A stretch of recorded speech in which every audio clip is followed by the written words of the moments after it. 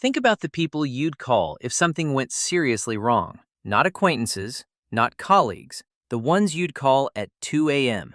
Most people, if they're being honest, can count those people on one hand. Maybe two or three, sometimes just one. And often, as people get older, even that number gets smaller. We treat this as a modern problem, an epidemic of loneliness created by phones and remote work and cities full of strangers. But here's what nobody asks. Did ancient humans have those people? Did someone living 50,000 years ago have a friend? Not just a tribesman, not just a hunting partner, but someone they actually chose to be close to. The answer turns out to be yes. And the science of how and why reshapes almost everything we think we understand about friendship today. Let's start with a number. In 1992, British anthropologist Robin Dunbar published a study that would become one of the most cited findings in all of social science. He had been looking at a simple question. Why do primates have such unusually large brains compared to other animals? His answer wasn't tool use, it wasn't diet, it was social complexity. Dunbar found a striking linear relationship between the size of a primate's neocortex, the region responsible for higher thinking, and the average size of their social group. Bigger social groups required bigger brains, because keeping track of who trusts whom, who owes what to whom, who is allied with whom, that's cognitively expensive. He then extrapolated this relationship to human brain size and landed on a number, 150. That's the approximate number of stable social relationships a human brain can actively manage at once. Not names you know, not followers, people whose lives you're actually tracking. This number, now called Dunbar's number, has since been found in striking places. The average size of hunter-gatherer bands, of Roman military companies, of functional villages across history. The brain wasn't built for isolation. It was built, quite literally, for a specific size of social world. But here's where it gets more specific. Within that group of 150, Dunbar found there were layers. The outermost layer, about 150, were people you knew and maintained some relationship with. Inside that, about 50, people you felt real connection with. Then about 15, people you could turn to in a crisis. And then, at the very center, just 3 to 5 people, the inner circle. In evolutionary terms, this innermost layer is the one that matters most. And researchers studying contemporary hunter-gatherer societies have found something remarkable. This structure appears across cultures that have had no contact with each other for thousands of years. In 2012, Corinne Apicella at Harvard led a study of the Hadza, one of the last hunter-gatherer populations on Earth, living in Tanzania. She and her colleagues gave 205 Hadza adults a simple task: name your friends. Not your relatives, your friends. People you'd choose to be close to. The results were striking. Every Hadza adult, regardless of gender, age, or location within the group, named between 1 and 4 close friends. And those friends were not necessarily relatives. They were people they had chosen.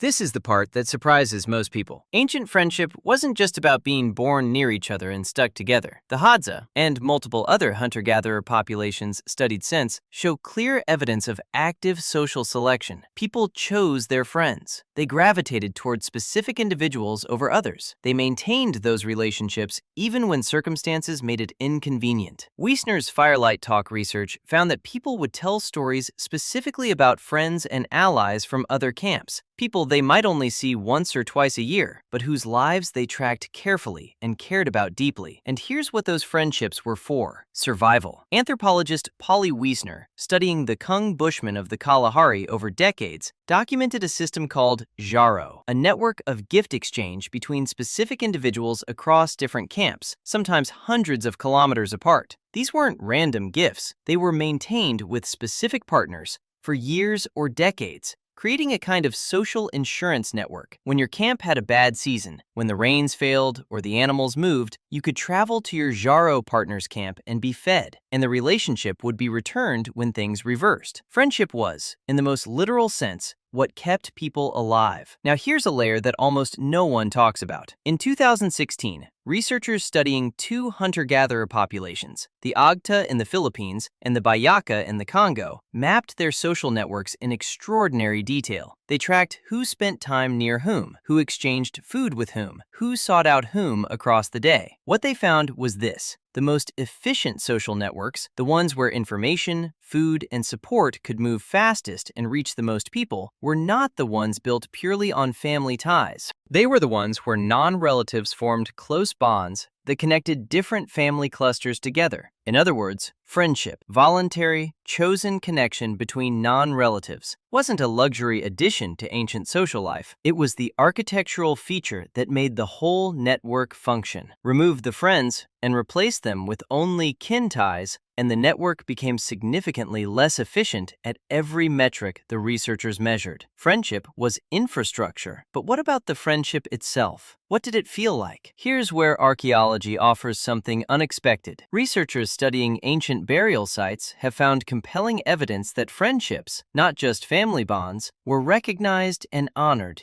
even in death. At multiple prehistoric sites in Europe and the Middle East, individuals have been found buried together who, based on DNA analysis, were not relatives. Some were buried with identical grave goods, suggesting they held the same status. Some were buried in positions suggesting physical closeness was intentional, arranged to face each other, or with hands placed near each other. At Shanidar Cave in Iraq, a Neanderthal burial site dating back roughly 60,000 years, researchers found evidence of flowers placed with the dead. Still a matter of scholarly debate, but consistent with ritual care for an individual beyond mere disposal of a body. We can't know who placed those flowers, but we know someone did, and someone considered it important. There's one more piece, and it might be the most surprising. In 2012, the same Hadza study by Apicella showed not just that hunter-gatherers had friends, but that they showed a striking tendency to befriend people who were similar to them, in generosity, in cooperative behavior, in personality traits. This is a phenomenon social scientists call homophily, or in the popular shorthand, birds of a feather flock together. But here's what makes this finding remarkable. This tendency to seek out people similar to us isn't learned from culture. It appears to be built in. When the researchers looked at the Hadza's social networks,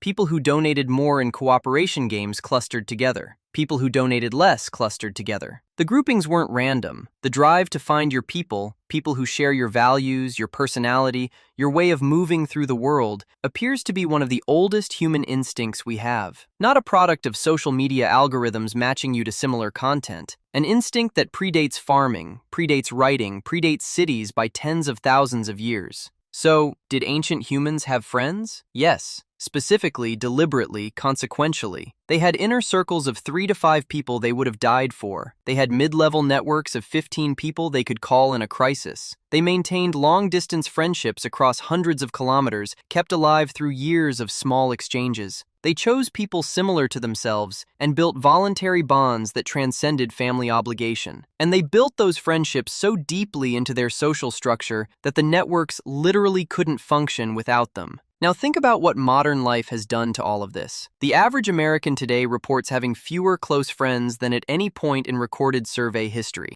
In 2023, a Surgeon General's advisory in the United States declared loneliness a public health epidemic, citing research linking social isolation to health outcomes comparable to smoking 15 cigarettes a day. We have more ways to connect than ever before, and we are, by measurable evidence, more alone. Your brain was built for a specific social world, one where you knew your 3 to 5 people deeply, tracked a wider circle of 150, and maintained your friendships through shared meals and evening fires and small gifts carried across distances. Everything that world required, your brain is still trying to do. It's just not finding the material to work with.